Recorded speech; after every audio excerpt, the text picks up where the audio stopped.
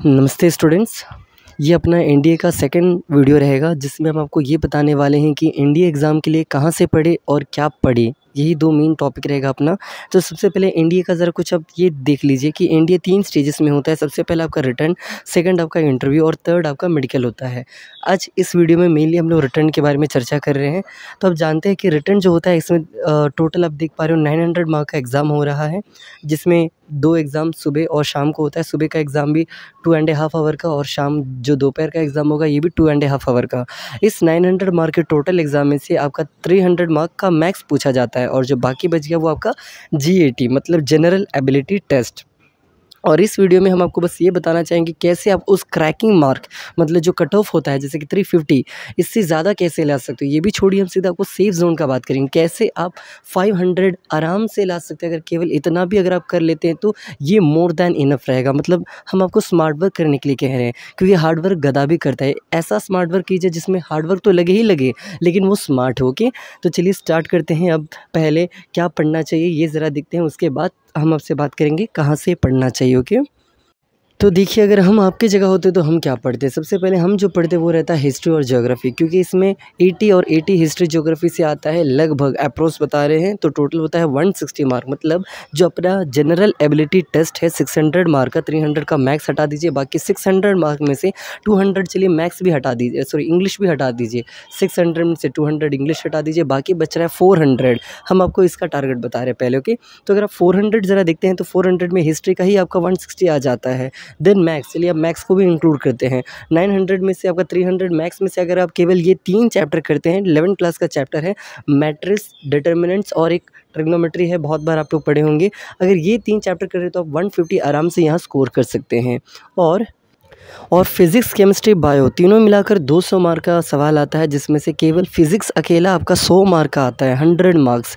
Remaining chemistry और bio मिला के आपका 100 मार्क, जैसे कि केमिस्ट्री 60, बायो 40 और फिज़िक्स अलोन 80 to 100 के बीच में पूछा जाता है। तो आप केमिस्ट्री फिज़िक्स का वेटेज आई होप समझ पा रहे कितना ज़्यादा है, और हिस्ट्री और ज्योग्राफी भी कितना ज़्यादा महत्व रखता है आप समझ रहे हैं।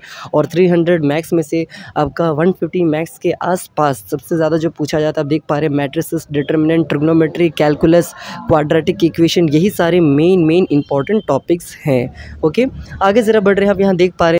तो ज़रा जोड़ के देखिए, अगर आप हिस्ट्री ज्योग्राफी का 160 जोड़ते हैं, अगर आप मैथ्स का 150 जोड़ते हैं, अगर आप फिज़िक्स का 100 और केमिस्ट्री बायो मिलाकर 100 जोड़ रहे हैं तो इतना में ही आपका 510 हो जाता है। ये मोर दैन सेफ़ है आपके लिए, बहुत बढ़िया मार्क है इतना। ओके, आप आराम से सेफ जोन में चला जाएगा। सेफ क्या, आप बहुत अच्छे रैंक पोस्ट पर जा सकते हैं अगर आप रिटन एग्ज़ाम में लाते हैं तो।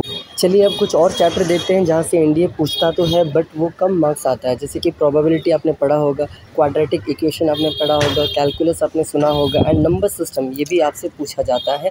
और एक है सीए मतलब करंट अफेयर के हाल फिलहाल जो दुनिया में जो चल रहा है, हाल फिलहाल जो मेजर इवेंट्स है, आपको ये भी पढ़ना होता है। इतना अगर आप कर लीजिएगा तो आपका 200+ मार्क यहाँ से भी बन जाता है। मतलब अब देखिए, अगर आप थोड़ा यहाँ से कर ले और ऊपर का भी अगर ठीक ठाक कर ले तो आप आराम से 400 या 500 भी आप आराम से ला सकते हो। ओके, अब चलिए कुछ नेक्स्ट स्लाइड देखते हैं जहाँ पर हम सिलेबस को और थोड़े डेप्थ में लिखे हैं कि कौन से चैप्टर से क्या आ रहा है, कितना आ रहा है, कहाँ से पूछ रहा है, ये भी ज़रा आप देख लीजिए। ओके, तो आप यहाँ पर देख ही पा रहे हैं कि मैथ्स में क्या क्या पूछा जाता है, कितना सवाल आता है, कितना मार्क आता है। और जो अपना जीएटी है जनरल एबिलिटी टेस्ट से जो आप देख पा रहे हो कि 600 मार्क का जो होता है उसमें से 200 मार्क आपका इंग्लिश है। इंग्लिश में भी क्या क्या पूछा जाता है, कहाँ से पूछा जाता है। और आपका जो जीके वाला पोर्शन है मतलब 400 मार्क्स का, उसमें देखिए साइंस का सिलेबस में कहाँ से आता है।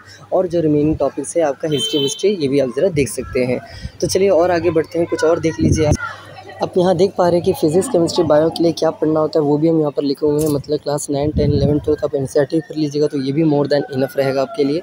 और हिस्ट्री के लिए आपको क्लास 9 से जो पढ़ना होता है फ्रेंच रेवोल्यूशन, रशियन रेवोल्यूशन और अमेरिकन रेवोल्यूशन, ये सारी चीज़ों को भी आप पढ़ लीजिएगा। हड़प्पन सिविलाइजेशन, एशियन हिस्ट्री से पूछा जाता है।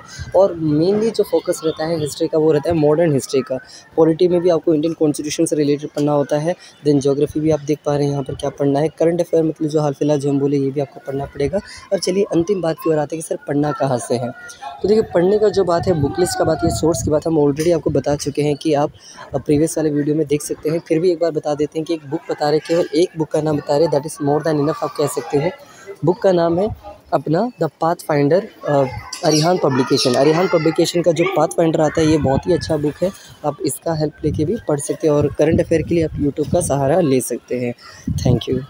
अगर आपको वीडियो इन्फॉर्मेटिव लगा हो तो प्लीज़ लाइक और शेयर कीजिए।